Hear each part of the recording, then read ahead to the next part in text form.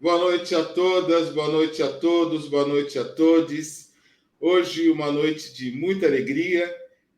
Não é quinta-feira hoje, quando nós gravamos na terça-feira, na verdade gravamos à tarde. Estamos dando boa noite porque vamos encontrar você à noite.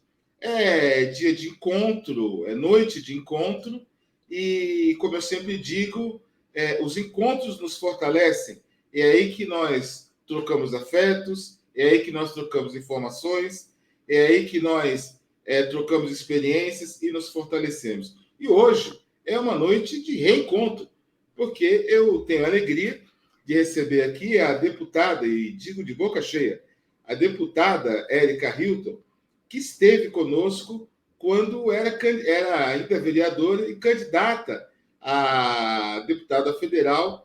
O canal ainda nem tinha mudado de nome, ainda chamava Café e Cachimbo. Hoje, no Café Preto, nós temos a alegria de receber uma das 100 mulheres mais importantes do planeta, segundo a BBC, e uma deputada atuante que nos representa em Brasília. Boa noite, deputada Érica Hilton. Seja bem-vinda. Como sempre, a casa é sua. Obrigada, Hilário. Boa noite a você, boa noite ao público que nos acompanha nesse momento. Que alegria voltar aqui agora no Café Preto, antigo Café e Cachimbo, para bater esse papo não mais como candidata, mas como mulher negra eleita e tentando mudar o rumo da política nacional nesse país. Então, que nós tenhamos um bom papo e agradeço demais o convite e a oportunidade de poder voltar e estar aqui conversando com você. Deputada, eu quero começar pensando nos seus grandes desafios, porque o que restou para nós nessa eleição foi um Congresso Nacional Conservador, em que nós vencemos no Executivo, pelo menos em Brasília. Aqui em São Paulo a situação é outra, mas a bancada majoritariamente aliada a uma pauta de extrema-direita. Quais são os desafios de uma mulher travesti, negra, de esquerda, para fazer, enfim, política num ambiente como esse? Eu acho que nós temos muitos desafios e elencá-los é até um pouco difícil, diante da imensidão de obstáculos que nós encontramos na nossa forma de fazer política e na nossa agenda. Mas eu acho que um dos primeiros desafios que nós encontramos é o desafio da respeitabilidade e da legitimidade.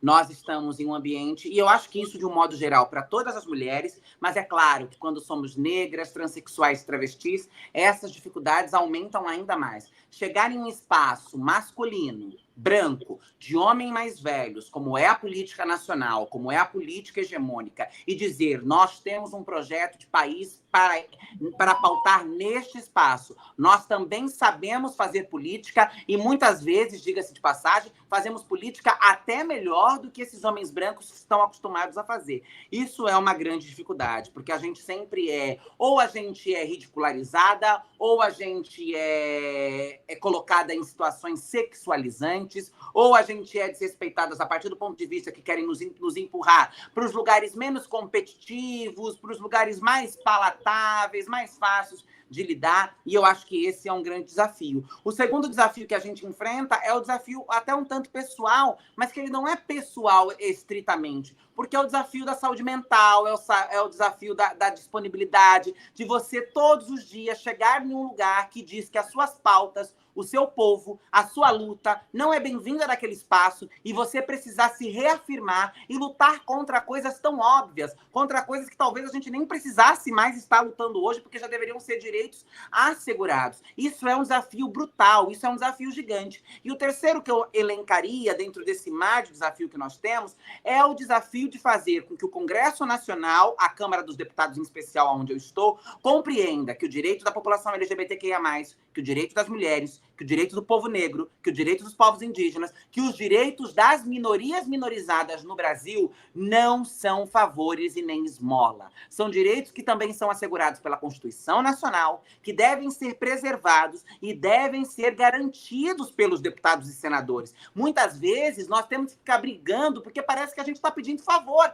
parece que a gente não está falando de direito. E isso é um desafio brutal, porque é exatamente quando nós vamos falar da agenda LGBT, da agenda de mulheres, da agenda de negritude, negritude, da agenda dos povos indígenas, que nós enfrentamos essa resistência. Nós sabemos os motivos. Não nos querem viva, não nos querem com direito, não nos querem eleitas, e eu acho que a nossa eleição, ela representa essa afronta, mas nós estamos vencendo e enfrentando com maestria todos esses direitos, porque sabemos do compromisso histórico e ancestral que temos em ocupar aquele lugar e sabemos que não seria fácil.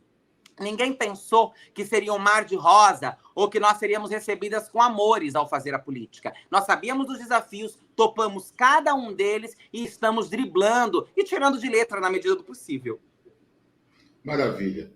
Eu queria saber em que medida a construção de uma bancada negra contribui para amenizar esse ambiente no sentido de fortalecer as pessoas. Eu acabei de dizer aqui, né, que encontros são fortalecedores, são espaços de fortalecimento. Em que medida essa bancada negra te fortalece a cada um e cada uma dessas pessoas, desses parlamentares, dessas parlamentares, que tem essa pauta, vamos dizer assim, na ponta da caneta?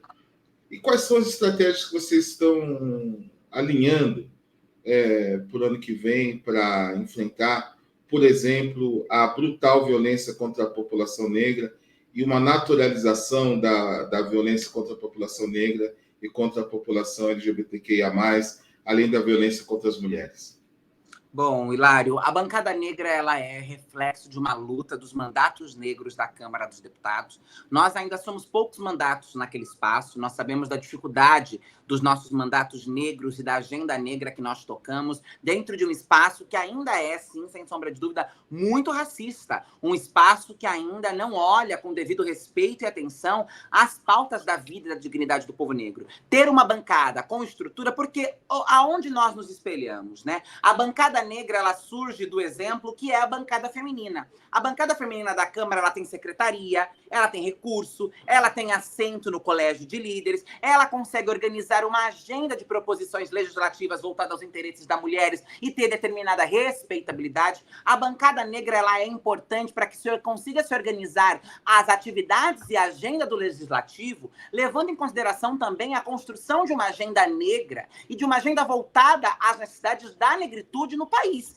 Então, por isso, ela é fundamental, ela é importante e ela é uma conquista histórica. A partir da bancada negra, nós conseguimos pautar, por exemplo, que o dia 20 de novembro, o Dia da Consciência Negra, que em alguns municípios e estados é considerado feriado, possa entrar na ordem do dia em algum momento, já foi votado o regime de urgência, para se tornar feriado em todo o país. Nós precisamos reconhecer o Dia da Consciência Negra e o Dia de Zumbi dos Palmares. Nós precisamos relembrar a memória dos nossos heróis negros, fazer com que nossas crianças e nossos adolescentes se lembrem que o povo negro não é um povo escravizado, não é um povo escravo. O povo negro é um povo que veio de reis e reinados e foi escravizado pelo processo de colonização. É só o Dia da Consciência Negra que vai ter a capacidade de fazer isso? Sem sombra de dúvida nenhuma, não é apenas o Dia da Consciência Negra, mas são avanços como esses, são fazendo respeitar as legislações vigentes sobre ensinos da cultura afro-indígena nas escolas, que nós vamos tirando essa pancha do racismo estrutural e do racismo institucional. Então, essa é uma conquista importante. A partir dessa conquista e desse lugar, tanto dentro do parlamento como no colégio de líderes, nós vamos conseguindo também organizar uma agenda de direitos, que nós já fazíamos isso enquanto mandatos, né? Nós, nos nossos mandatos, já atuavam e trabalhavam na construção de uma agenda que trouxesse dignidade, emancipação econômica, educacional, social para a população negra. Mas eu acho que quando nós unimos esforços de uma negritude minorizada dentro do Congresso Nacional para conjuntamente discutirmos as pautas importantes para a população negra, você citou alguma delas na minha pergunta. O enfrentamento à violência, o enfrentamento ao genocídio. Tem muitas outras pautas. Maternidade, saúde das mulheres negras, sistema carcerário. Tudo isso são pautas que hoje ainda são desafios para a população negra.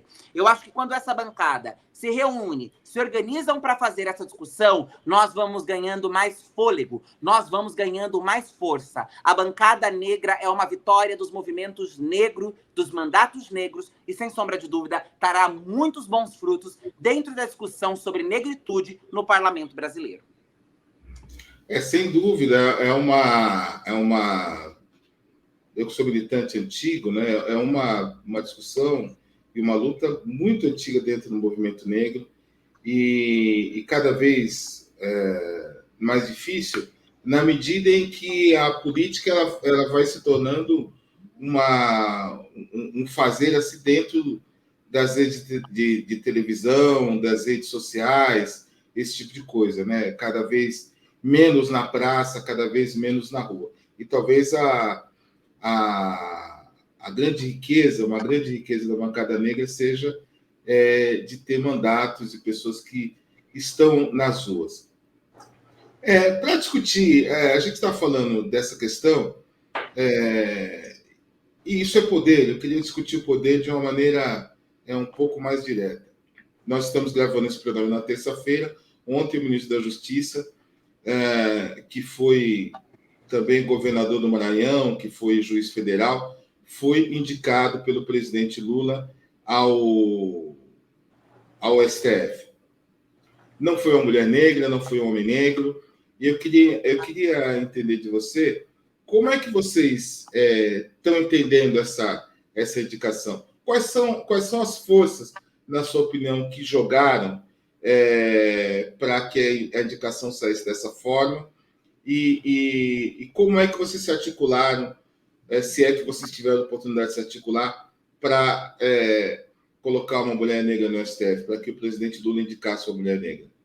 Olha, Hilário, as formas como nós nos articulamos, elas são bastante limitadas, até porque a decisão da indicação de um nome a ministra do Supremo Tribunal Federal é uma competência do presidente da República, e nós não temos nenhum poder de interferir sobre isso, inclusive tivemos poucos espaços para conseguir acesso ao Palácio, para falar sobre essa pauta. Eu mesma fui à tribuna da Câmara dos Deputados vestindo uma camiseta escrito por uma ministra negra no Supremo Tribunal Federal, fazendo um apelo ao presidente da República, chamando a atenção da imprensa para que olhasse para aquelas movimentações. Recebi no meu gabinete inúmeras organizações do movimento negro que faziam esse apelo. Recebi juristas negras que tinham currículos belíssimos e poderiam ser nomeadas ao Supremo Tribunal Federal, que pediram o meu apoio, pediram a minha ajuda. E tudo aquilo que estava dentro do meu alcance, que era um alcance extremamente limitado, eu o fiz. Pressionei, usei as redes sociais, usei a tribuna da Câmara, fotografei, falei com a imprensa, mas essa é uma decisão que cabe apenas ao presidente da República. E eu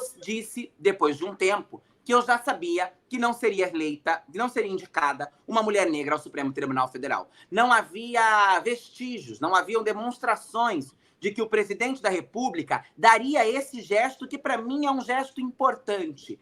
Eu fico feliz que tenha sido o Flávio Dino, já que nós não tivemos uma mulher negra, porque na indicação passada, o Zanin me deixou bastante desapontada com a forma como votou e etc. Não acho que tenha sido o acerto. Acho que o ministro, tanto o ministro agora da Justiça, mas futuro ministro do Supremo Tribunal Federal, terá compromisso com as pautas que chegarão até o Supremo Tribunal Federal, né?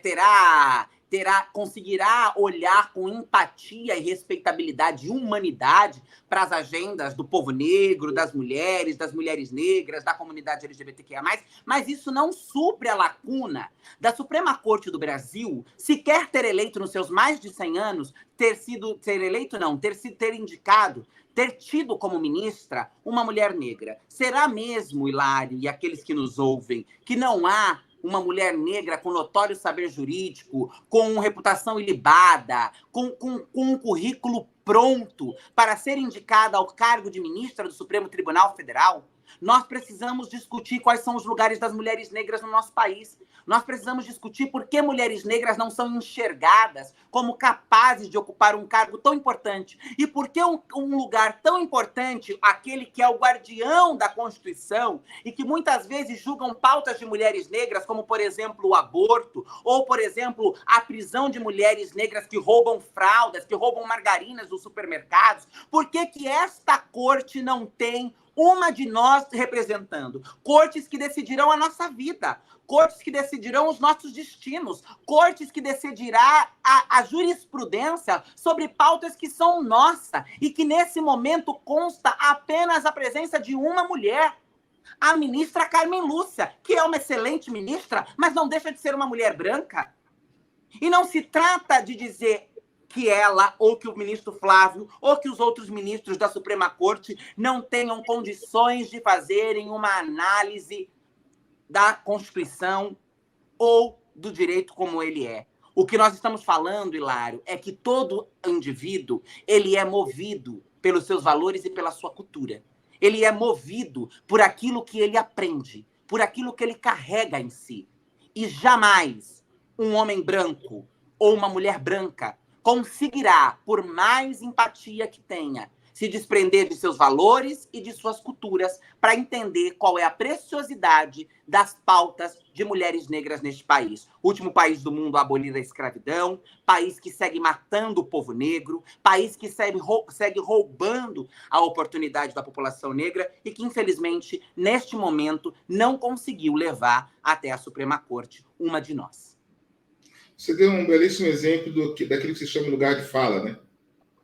Exato. Quer dizer, o lugar de fala do ministro branco, da ministra branca do STF, por mais empatia que ela tenha, nunca será de um ministro negro, nunca será a de uma ministra negra. Me parece que nós, a população negra, precisamos ter organização para construir o poder, e o poder significa também a ampliação da bancada negra e a manutenção daquelas pessoas que estão, como você está, e com o apoio, né, com o apoio da população, com o apoio das ruas. Eu estou dizendo isso porque eu queria te perguntar o seguinte: quais são os próximos passos na sua carreira política? Como é que você vislumbra os próximos anos, né? Um mandato executivo, Senado, presidência da Câmara. Como é que você pensa os próximos passos da sua carreira política? É a pergunta de milhões, né? É a pergunta que todos fazem e que eu não tenho resposta para elas. Eu estou encerrando o meu primeiro ano na Câmara Federal, meu primeiro ano de deputada federal. Eu tive uma experiência de 2 anos na Câmara Municipal, mas é muito diferente o Congresso Nacional do que é a Câmara dos Vereadores na cidade de São Paulo, e eu estou entendendo. Numa capa para a revista Marie Claire, que eu fiz acho que há 2 anos atrás, eu disse, a capa era eu pretendo, quero ser, não me lembro agora exatamente como eu havia dito, mas era sobre querer ser a primeira senadora travesti do Brasil. E acho que esse é um lugar importante. Acho que esse é um lugar importante, inclusive, para galgar lugares, para fazer aquilo que todos me pedem nas redes sociais diariamente, que é que eu me torne presidente da República. Eu não sei, de fato, quais são os meus próximos passos. Eu ainda não comecei a organizar o futuro, porque eu ainda estou aterrando no presente. Eu ainda estou chegando no agora. Eu ainda estou tomando posse do meu lugar enquanto deputada federal. Eu ainda estou entendendo a dinâmica de morar em 2 estados, os desafios de participar de tantas comissões, os desafios de uma dinâmica diferente. Eu quero entregar, nesses 4 anos do meu primeiro mandato, o melhor mandato que eu puder entregar, tendo aberto e deixado políticas públicas importantes para o meu povo e para agendas que eu defendo. Eu fico muito honrada de já ter conseguido a aprovação de 2 projetos importantes meus, nesse menos de 1 ano de mandato. Os deputados dizem que isso não é uma coisa comum, isso é algo que não é comum. Um primeiro ano de mandato, numa casa de 513 deputados, uma deputada jovem como eu, defendendo a agenda que defendo, já ter aprovado 2 projetos. É isso que eu quero. Eu quero deixar legado, quero deixar legislação, quero deixar política pública. Não tenho idade ao Senado ainda, então, ao final desse mandato, terei que concorrer à reeleição, pretendo concorrer à reeleição, e a partir dessa reeleição, se o povo decidir que eu devo ser reeleita, aí eu começo a desenhar os futuros. Porque aí depois terei idade, aí vou poder sonhar com o Senado, com o Poder Executivo, com outras coisas. Agora, o meu plano de hoje para a política é entregar o melhor mandato de deputada federal que eu consegui entregar aos finais desses 4 anos.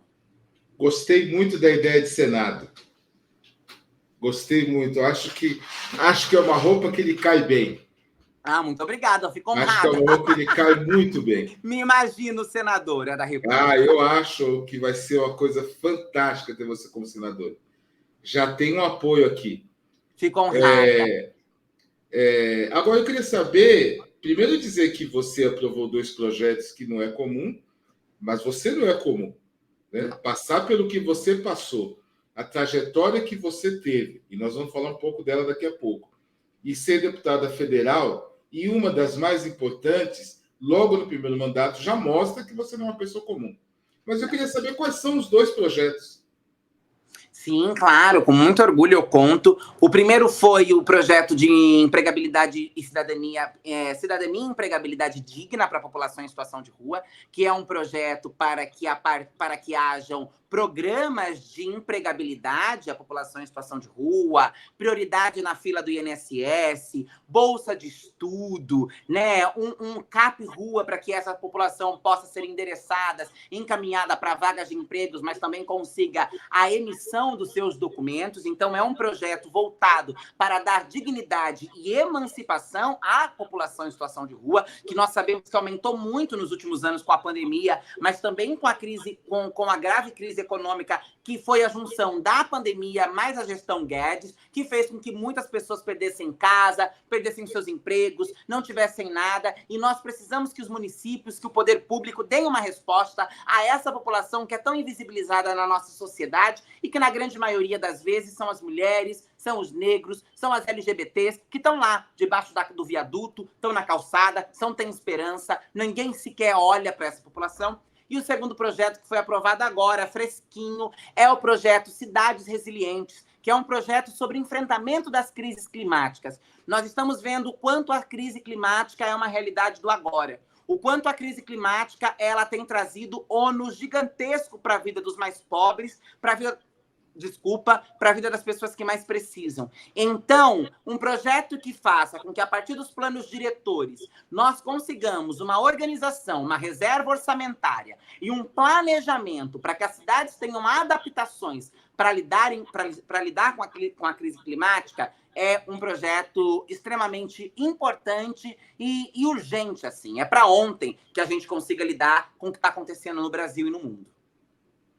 Deputada, você falou que na nossa última entrevista que você, enfim, teve que sair de casa, teve problema com a sua mãe, e acabou, se não me engano, até passando um período na rua. Uhum. Com esse projeto, e não só com esse projeto, mas com a sua representatividade, com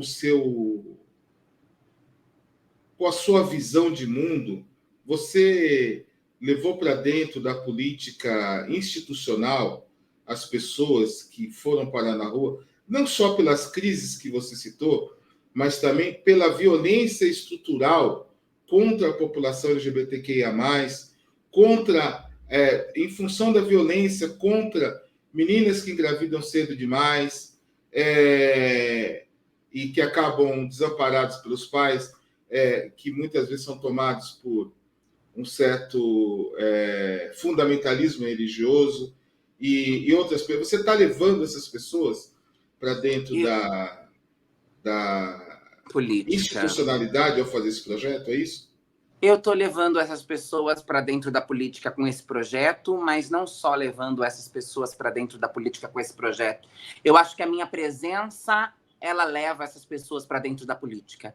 Eu sigo sendo a mulher que marca a minha história. Eu rompi com a marginalidade, eu rompi com a compulsoriedade, eu rompi com a precariedade, mas eu não esqueço dos lugares de onde eu vim, as bandeiras que eu represento e o que representa o meu corpo dentro daquele espaço. Eu acho que esse projeto ele é muito mais para trazer vida, esperança, dignidade, amparo, mas a todo momento, nas minhas falas, na minha presença, quando eu utilizo a tribuna, eu quero levar estas pessoas para dentro do Congresso Nacional. Eu quero que a política se lembre que a população de rua existe, que as travestis que estão nas esquinas de prostituição existe, que a população do cárcere existe, que as populações mais miseráveis e marginalizadas existem, e que essas populações só estão nos lugares aonde estão porque existe gente como esses que estão sentados lá há anos, ocupando poder, que nunca se preocuparam com a vida dessas pessoas.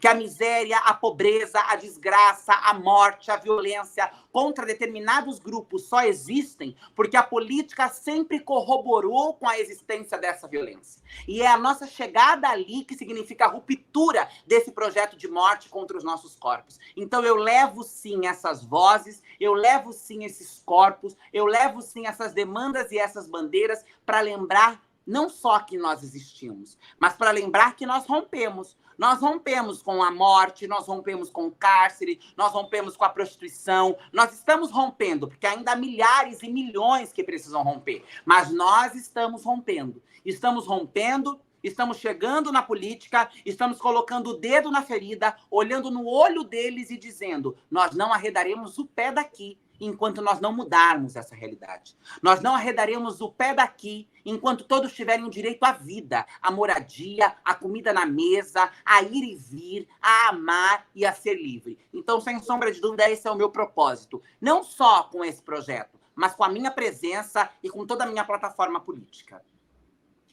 Maravilha.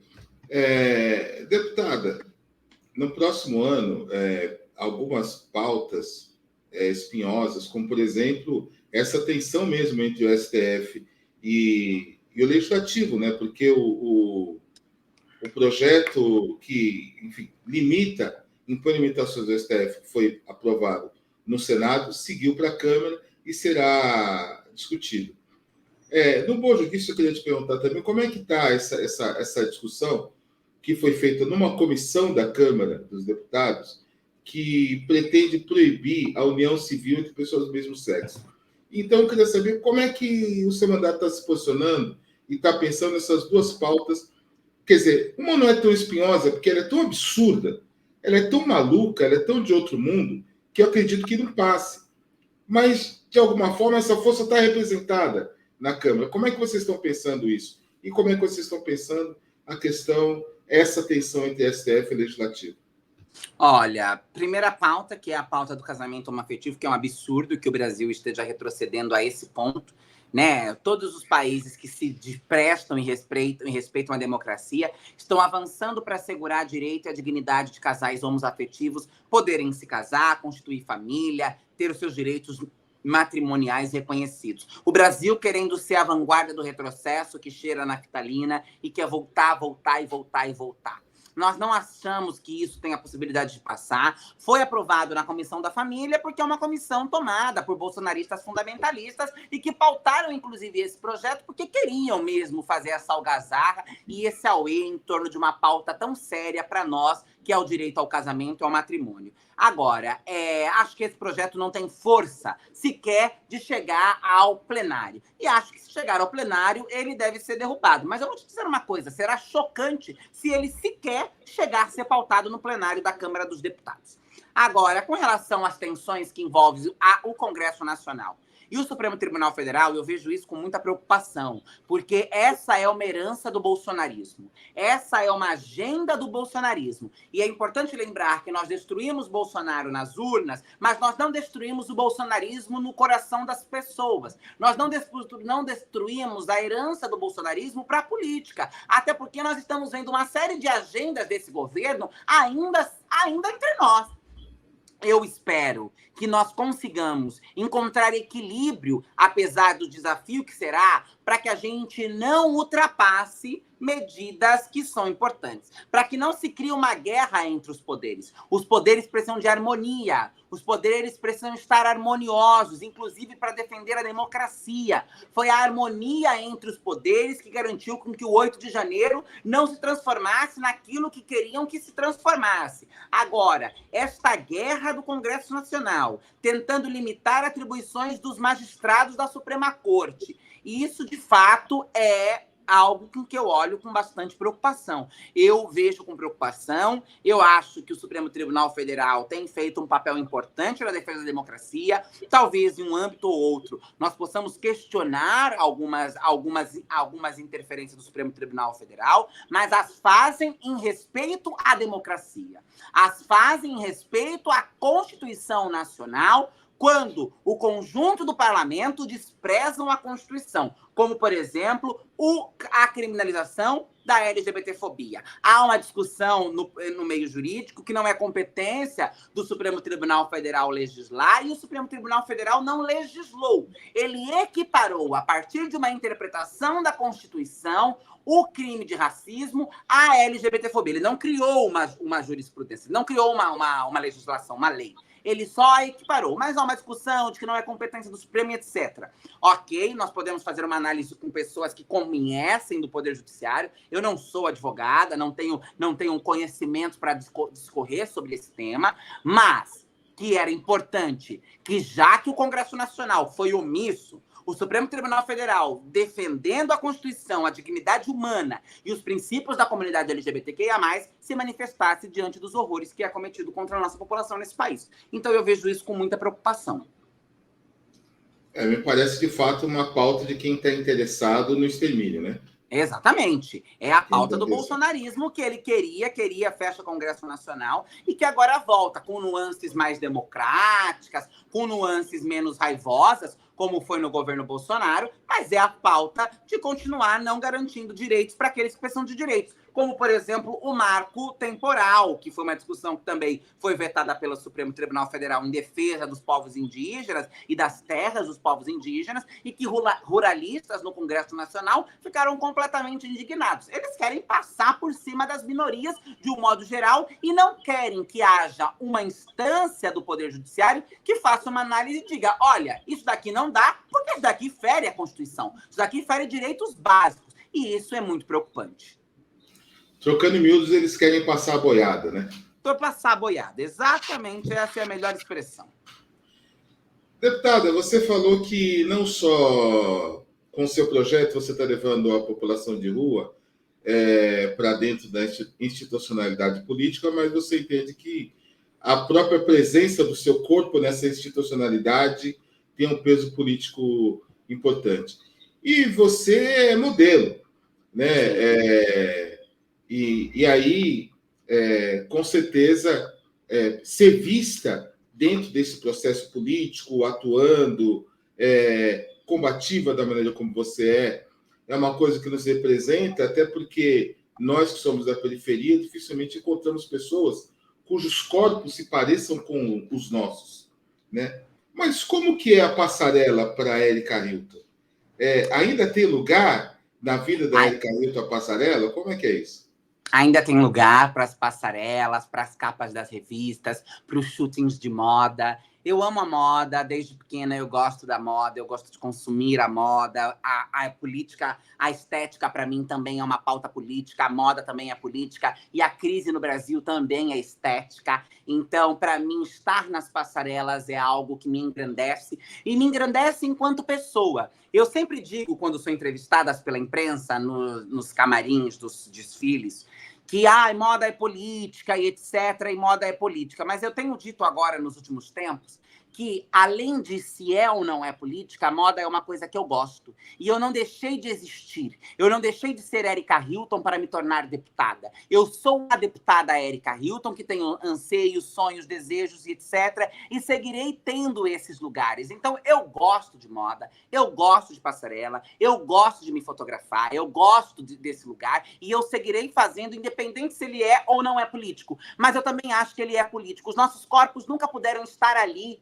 A moda sempre se construiu sem a nossa presença. Foi a partir da reivindicação das negritudes, das LGBTs, que nós fomos pautando esse lugar. E é importante com que este corpo, representando o que ele representa, possa estar em uma passarela, lembrando que a moda ela é política e que eu não estou ali a qualquer lugar. Eu sou uma deputada que está ali. Então eu lembro também de quem faz a moda acontecer, de quem trabalha. Eu lembro o quanto a moda tem que se repensar para enfrentar as desigualdades de gênero, o quanto a moda tem que se repensar para enfrentar as denúncias de trabalhos análogos à escravidão, o quanto a moda tem que se repensar para enfrentar a destinação do lixo que a indústria têxtil ela emite contra o nosso planeta. Então, tudo isso é uma discussão extremamente fundamental e importante, que o meu corpo parlamentar está ali. Ele significa, a moda é pensada em sua grande maioria por mulheres, feita por mulheres, desde as costureiras, as profissionais de beleza, as estilistas. Então, assim,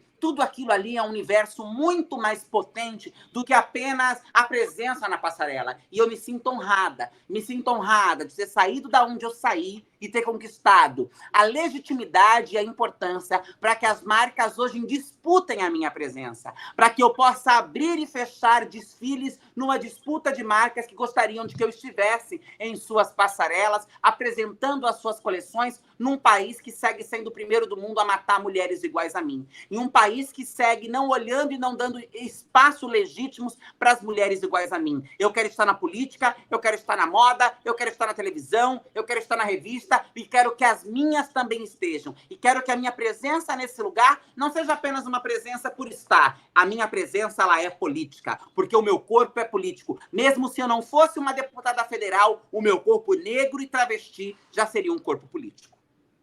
E é interessante, deputada, que você traz essa questão e a importância da estética na resistência negra, ela é monumental, né? Claro! Ela é monumental.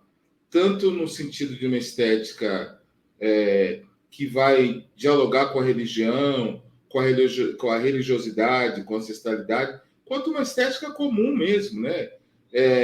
Estética, como que eu digo, do dia a dia, né? A apresentação, como isso foi cuidado, né? Quem, enfim, é mais velho lembra dos bailes antigos, bailes funks, dos sambas, das gafieiras, e que a estética ela traz ela rompe, exatamente isso que você falou, deputado, ela rompe com o grilhão do que o sujeito é no dia a dia em termos de trabalho, né?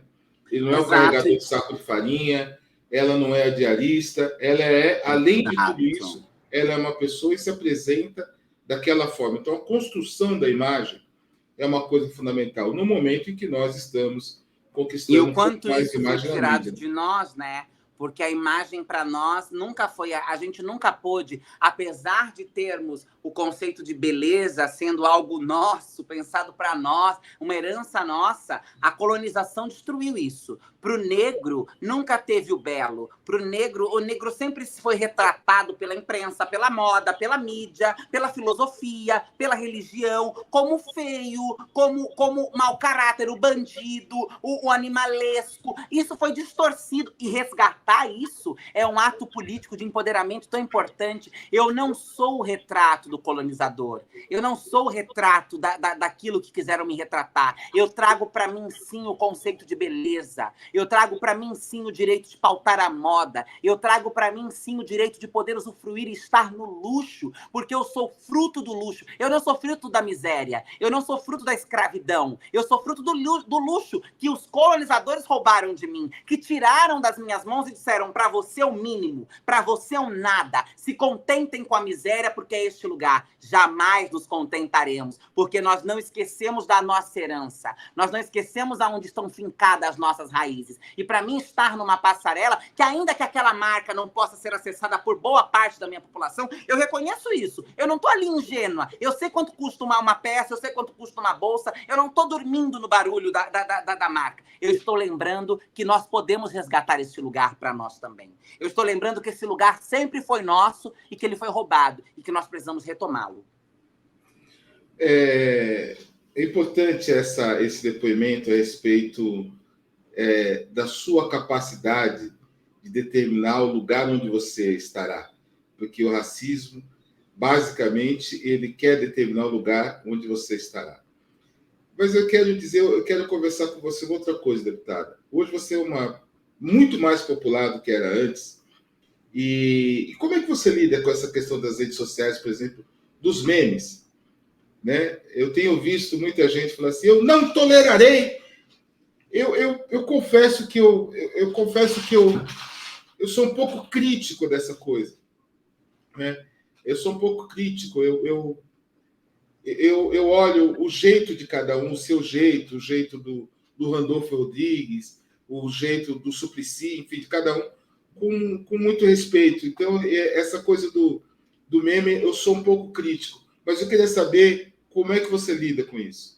Eu recebi com muita alegria, Hilário, essa questão do meme. Eu acho que o meme é jovem, eu acho que o meme é popular, Eu acho que eu tô velho. Eu acho que o meme engaja no universo que a política tem que estar. Eu quero me comunicar com o jovem, eu quero me comunicar com essa população que ainda não está tão próxima do debate mais sério da política institucional. E como eu chamo a atenção deles? Como eu faço isso? Eu faço isso através da moda, eu faço isso através da discussão de beleza, eu faço também isso através do meme, que não é algo que eu pensei e organizei, mas que nasceu espontâneo, organizado pelos próprios jovens, numa tentativa de homenagear e brincar com a maneira como eu me comunico e como eu falo. Então eu recebi isso com alegria, porque essa é uma movimentação de pessoas que gostam de mim, que gostam do meu trabalho, que me respeitam e que quiseram brincar. E uma brincadeira que vai me engajando e que vai me fazendo chegar cada vez mais longe e perto daqueles que, para mim, são os mais importantes de estarem pensando a política. E eu lembro eles sempre. É legal fazer o meme, é legal reproduzir as falas brincando, mas jamais se esqueçam do sentido delas. Não se esqueçam o que elas significam. Não se esqueçam a importância delas. Não se esqueçam o que elas representam dentro da disputa de narrativa da política que nós estamos fazendo. Isso é fundamental. Então eu recebo com alegria, façam meme, brincam, mas sem mais se esquecer de que é importante também que se lembre que aquela fala que vira meme é uma briga por direito para todos nós. Sem dúvida, sem dúvida. Você falou que você quer comunicar com o jovem, mas você é jovem, né? Eu sou jovem, mas Você estou é num lugar jovem. que afasta a juventude. Infelizmente, eles afastam os nossos jovens da política. E para se comunicar com eles fazendo política, a gente tem que reinventar a roda. Deu uma travadinha, mas acho que deve estar voltando. Estou Voltou. aqui. Deu uma travadinha, coisa rápida. Eu falei que a gente tem que reinventar a roda para conseguir se comunicar com eles dentro da política. Sim, sim. Deixa eu te perguntar uma coisa, deputada. O que faz a cabeça da deputada Érica Hilton nesse momento? O que faz a minha cabeça? Em termos de música, por exemplo. Beyoncé. Beyoncé. Quem mais? Beyoncé faz a minha cabeça sempre. E Don Toliver eu tenho escutado bastante. Estou apaixonada por esse menino, pelo som que ele faz, pela música dele, pela melodia dele, pela letra dele. Eu achei ele assim fantástico, maravilhoso. E acho que esses dois estão ali nos meus primeiros desse momento que são os artistas que eu mais tenho consumido seus álbuns mesmo. E aí depois tem Solange Knowles, Doja Cat, Kendrick Lamar, Amy Winehouse, que eu sou apaixonada por Amy Winehouse, mas nesse momento Beyoncé e Don Toliver são os meus artistas favoritos. E literatura? Qual é a literatura que faz a cabeça da deputada Érica Hilton neste momento? A literatura que tem feito a minha cabeça nesse momento tem sido o livro... Esqueci o nome dele, ele está por aqui, que eu estou lendo agora, que é o livro... Nossa, gente, ele é Facções e Religião, o Crime e as Religiões. Eu acho que nesse momento é ele. Eu vou descrever depois o nome do livro, porque eu não me lembro qual é o nome do livro agora, mas é um livro que discute o crime e as religiões. Maravilha. Deputada Érica Hilton, uma alegria enorme recebê-la novamente. De roupa nova, que agora é café preto, e você também numa função nova, que agora é deputada federal. Agradeço demais pela sua delicadeza em dedicar alguns minutos para conversar conosco aqui no Café Preto, e eu peço que você faça as considerações finais. Querido, eu que agradeço o convite, o espaço, a troca. É sempre uma alegria e uma delícia poder falar com você e com a sua audiência. Seguimos unidos, acreditando que o Brasil pode ser um país melhor, porque nós estamos construindo este país melhor. Contem com o meu mandato na defesa dos direitos das nossas populações e sigamos juntas, nos encontrando na luta sempre. Um beijo enorme a você, um beijo enorme àqueles que nos assistem nesse momento. Força para nós enfrentar os obstáculos da vida e vamos juntos nessa empreitada. Muito obrigado a todos, todas e todos, especialmente a deputada Érica Hilton e sua assessoria, que trabalhou muito para que ela pudesse estar aqui conosco, sobretudo a Amanda. Agradeço muito e lembrando que na próxima quinta-feira tem mais Café Preto quentinho. Grande abraço.